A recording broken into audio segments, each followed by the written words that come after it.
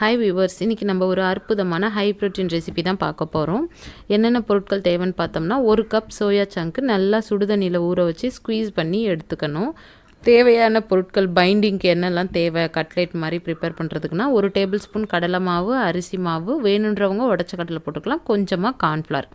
மசாலாஸ்ன்னு பார்த்தீங்கன்னா மிளகாய்த்தூள், தனியாத்தூள், மஞ்சத்தூள், பெருங்காயம், கரம் மசாலா, கறி மசாலா, கொஞ்சோண்டு பெப்பர். இது இல்லாமல் ஒரு பிஞ்ச் சோம்பு, சீரகம். இது ரெண்டுமே உடம்புக்கு ரொம்ப நல்லது. சேம் இதே மாதிரி ஒரு செட்டும் எடுத்து வச்சுக்கணும். எதுக்குன்னு பார்த்தோம்னா, ஒன்று சோயாவை பிசைஞ்சு கட்லெட் ரெடி பண்ணுறதுக்கு, ஒன்று உள்ளே வைக்க போகிற ஜூஸி ஃப்ளேவருக்கு ரெடி பண்ணுறதுக்காக.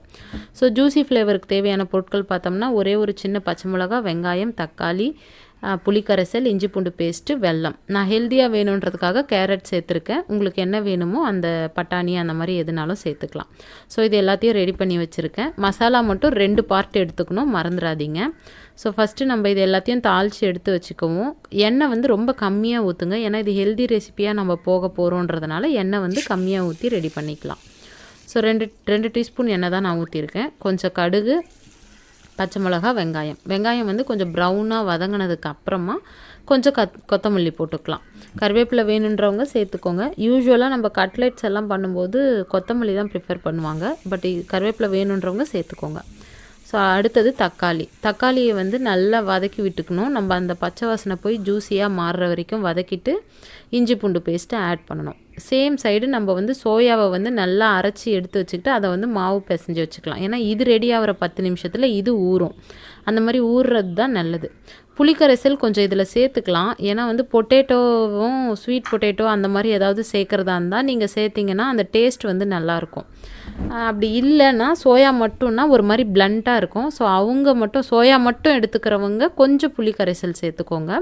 ஸோ நம்ம எடுத்து வச்ச பவுடரு, மசாலா, தேவையான அளவு உப்பு எல்லாத்தையும் சேர்த்து நல்லா பிசைஞ்சு எடுத்து வச்சுக்கணும்.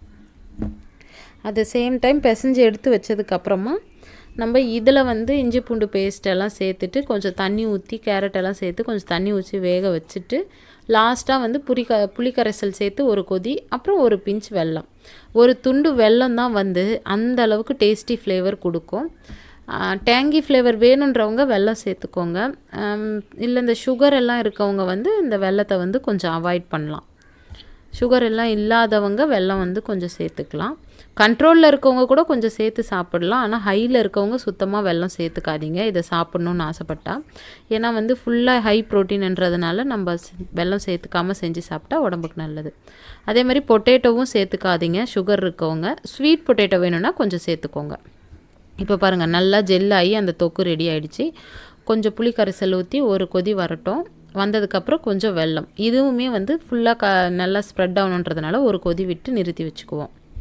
இப்போ நம்ம பிசைஞ்சு வச்ச சோயா சங்கை எடுத்து நல்லா இந்த மாதிரி ஸ்ப்ரெட் பண்ணி தட்டி எடுத்துக்கணும். மெலிசாக தட்டி எடுங்க, அப்போ தான் உள்ளே இருக்க அந்த சீஸும் டேங்கி ஃப்ளேவரும் உங்களுக்கு கடிக்கும்போது நல்லா கிடைக்கும். ஸோ நான் பாருங்கள், ஒரு க்யூப் சீஸும் இது நான் 1 ஸ்பூன் தான் வச்சுருக்கேன். ஆனால் நீங்கள் கொஞ்சம் நல்லா மெலிசாக திரட்டிட்டு ஒரு 2 ஸ்பூன் வச்சுக்கலாம். வச்சுட்டு ஒரு பால் மாதிரி ரெடி பண்ணிவிட்டு தட்டையாக வடை மாதிரி தட்டி எடுத்துக்கோங்க. ஏன்னா அப்போ தான் கட்லெட் கொஞ்சம் நல்லாயிருக்கும்.